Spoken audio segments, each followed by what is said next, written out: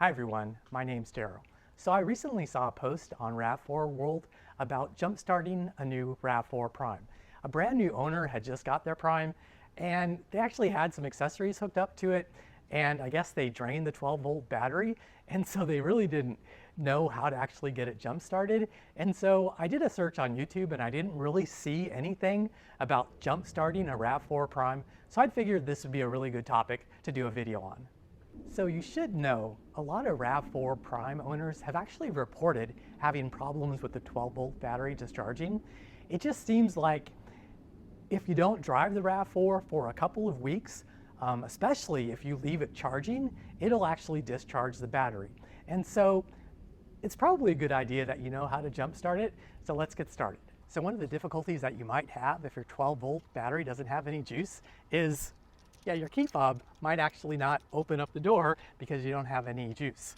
So what you can do is you can pull out the physical key, and what you want to do is on the back of your key fob, there's this little kind of slider. Push on that and then pull the key ring out. And now you can open the door. So if you're in the car and it won't start, probably means your 12-volt battery is bad.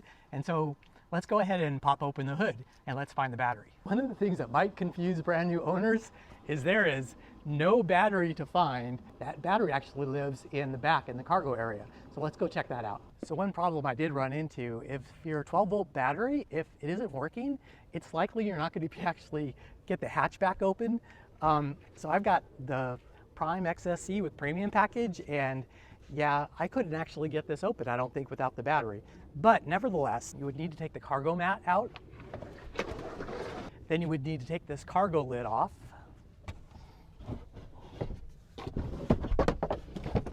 And then right over here is basically where your battery lives.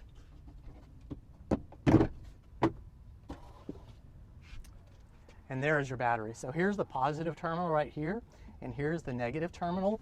But luckily, Toyota realized that this would be a problem for owners, and so you can actually charge up the battery or jump the battery from within the engine bay. So we're in the engine bay, and basically you want to go to the relay and fuses box, and this is where you can find the positive terminal for the battery. And there's one thumb tab down here that you will kind of push on, and that'll come up a little bit.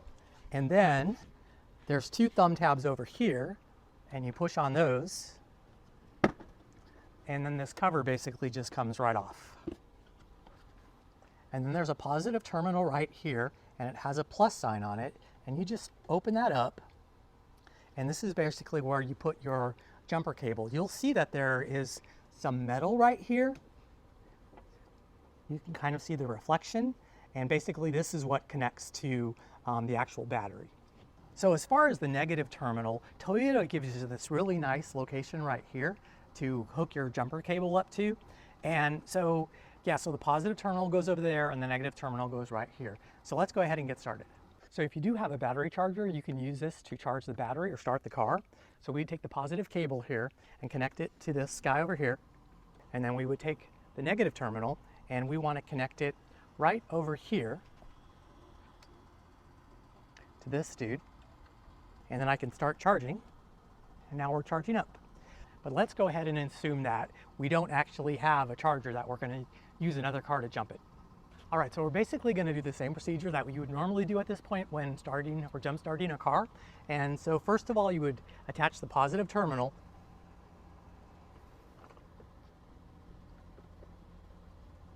All right, so now on the charging vehicle, we're going to connect the positive jumper cable to the positive side, and the negative jumper cable to the negative side. And lastly, you're going to connect the negative jumper cable to this nice little location that Toyota gives you, which is far away from the fuses.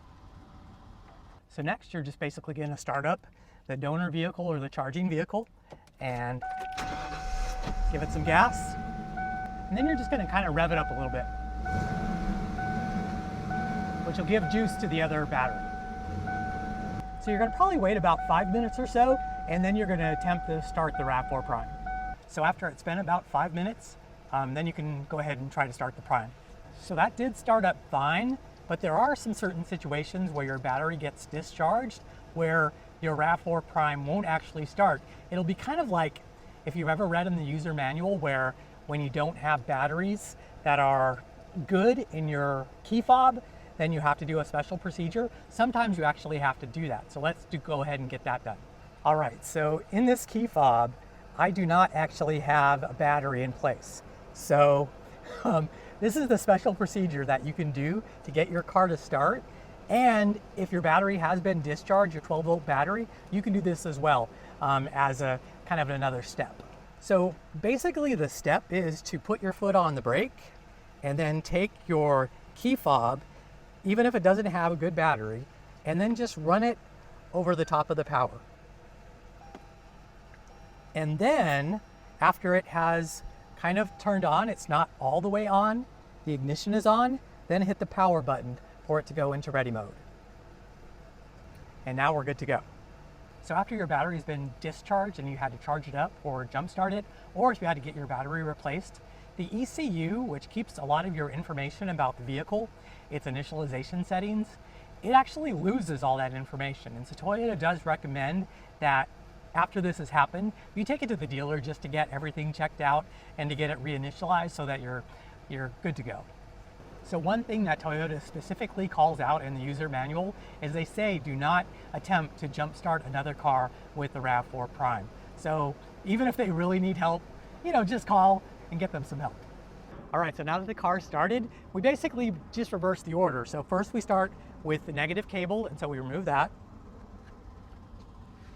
Next we go to the donor vehicle and remove the negative cable. Then we remove the positive cable.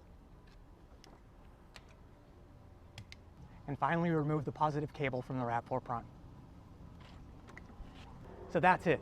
If you did learn something from this video, please like it and also consider subscribing to my channel. And I hope to see you in the next one again very soon. I've seen a lot of change, been through a lot of pain. Some things are not the same as they were a year ago, but all will be okay. I move on each and every day. The past is where it stays.